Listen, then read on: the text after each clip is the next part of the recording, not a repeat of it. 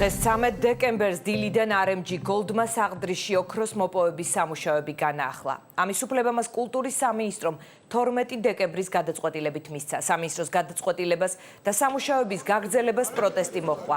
საღდრისის დამცველები ამბობენ, რომ ისტორიული ძეგლი ნადგურდება. განცხადება სამუშაოების განახლებაზე დილით თავად კომპანიამ გაავრცელა. მასში წერია, რომ ობიექტის ნაწილი არქეოლოგიურად შეისწავლეს, მეორე ნაწილის შესწავლა გრევის საფრთხის გამო შეუძლებელი იყო. რომ ობიექტის ისტორიული მნიშვნელობის გარკვევა მათი საქმე არ არის და სამეცნიერო დავაში არ ერთვებიან. სამაგიეროდ პრაგმატულად აღწერენ დანაკარგს, რომელსაც კომპანია იღებდა სამუშაოების შეჩერების გამო. დავა მემკვიდრეობასა და ინვესტიციას შორის გრძელდება. დღეს საღდრიში ნათია ორველაშვილი მუშაობდა და ის ახლა პირდაპირ ეთერში მოგვიყვება, როგორი იყო რეაქციები სამუშაოების გაგრძელების გამო. ნათია, გისმენ. რეაქცია გამოიხატა პროტესტში, საპროტესტო აქცია ამ წუთებშიც გრძელდება. საღდრისი ყაჩაღიანის მაღაროსთან აქ შეკრებილები არიან ადამიანები, რომლებიც დაუშვებლად მიიჩნევენ სამუშაოების განახლებას და მიუხედავად იმისა, რომ მთის ნაწილი უკვე მოხსნილია დღეს მიმდინარე სამუშაოების შედეგად, ისინი მოითხოვენ, რომ დაუყოვნებლივ უნდა შეწყდეს კულტურული მემკვიდრეობის ძეგლის განადგურება. ისინი პროტესტს აცხადებენ, პროტესტს უცხადებენ კულტურის მინისტრს, მათ მოითხოვეს მასთან შეხვედრაც დღეს. რამდენჯერმე დაიძაბა სიტუაცია საღდრისი ყაჩაღიანის მაღაროსთან, როდესაც საღდრისის მცველებმა სცადეს შესულიყვნენ იმ ტერიტორიაზე, სადაც მიმდინარეობს სამუშაოები, თუმცა ამ დროისათვის ვითარება არის სტაბილური. ჩვენ ახლა ვითხოვთ აქ მყოფმა RMG Gold-ის წარმომადგენლებმა წარმოგვიდგინონ ის დოკუმენტი, რის საფუძველზეც დაიწყეს ვთქვათ ობიექტის დანგრევა.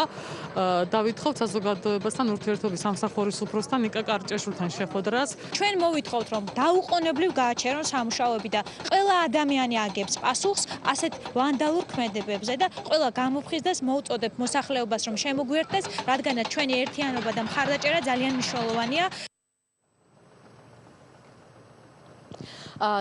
აქციაზე რამდენიმე ადამიანიც მოვიდა დღეს საღამოს, მათ განაცხადეს, რომ არიან ადგილობრივები და კატეგორიულად ეწინააღმდეგებიან სამუშაოების შეჩერებას საწარმოში, რასაც აქციის მონაწილეების გაღიზიანებაც მოჰყვა. ჩვენ ასევე ვესაუბრეთ RMG-ს ყოფილ თანამშრომელს, რომელიც აცხადებს, რომ რეგიონისთვის ძალიან მძიმე დარტყმა იქნება თუ გაჩერდება სამუშაო.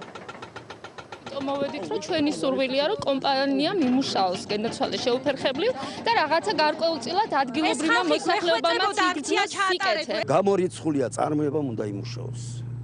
თუ წარმოებამ არ იმუშავა, ეს იმას ნიშნავს, რომ იმ ხისტოც მოვჭრით, რომელზეც ვზივართ. დაღუპვა გვემუქრება ყველას, დიდსა და პატარას. გადაშენდება არა თუ კაზრეთი, ეს ხარე გადაშენდება.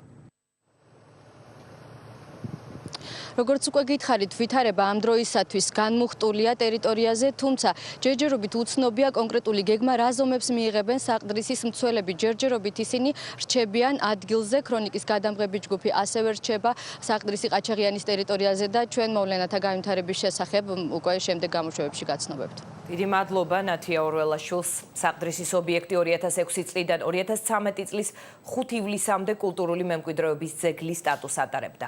2013 წლის 5 ივლისს კულტურისა და ძეგლთა დაცვის მინისტრის ბრძანებით მას ძეგლის სტატუსი მოეხსნა. ამას უკვე პრემიერ-მინისტრის 7 ოქტომბრის ბრძანება მოჰყვა. კულტურის სამინისტროს მაშინდელი განცხადებით საღდრიში ოქროს უძველესი მაღარო არ დასტურდებოდა. წინააღმდეგობისა და აქციების ფონზე კულტურული მემკვიდრეობის დაცვის სააგენტომ საერთაშორისო ექსპერტები მოიწვია. გერმანელმა არქეოლოგმა იოჰან ჰოველმა და ბულგარელმა გეოლოგმა ჟელევმა კვლევით დაადასტურეს, რომ საღდრიში უძველესი მაღარო მდებარეობს. RMG Gold-ის მიერ საღდრისის სამუშაოების ჩატარებასთან დაკავშირებით სასამართლო დავა სააპელაციო სასამართლოშია. ის 3 დეკემბერს უნდა განახლებულიყო, თუმცა როგორც დღეს ჩვენ გავარკვიეთ, 12 იანვრამდე გადაიდო. პირველი ინსტანციის სასამართლომ კომპანიას საბოლოო გადაწყვეტილების მიღებამდე საღდრიში მსხვილმასშტაბიანი სამუშაოების ჩატარების უფლება შეუჩერა. ეს იყო მოკლე ისტორია ამ თემაზე.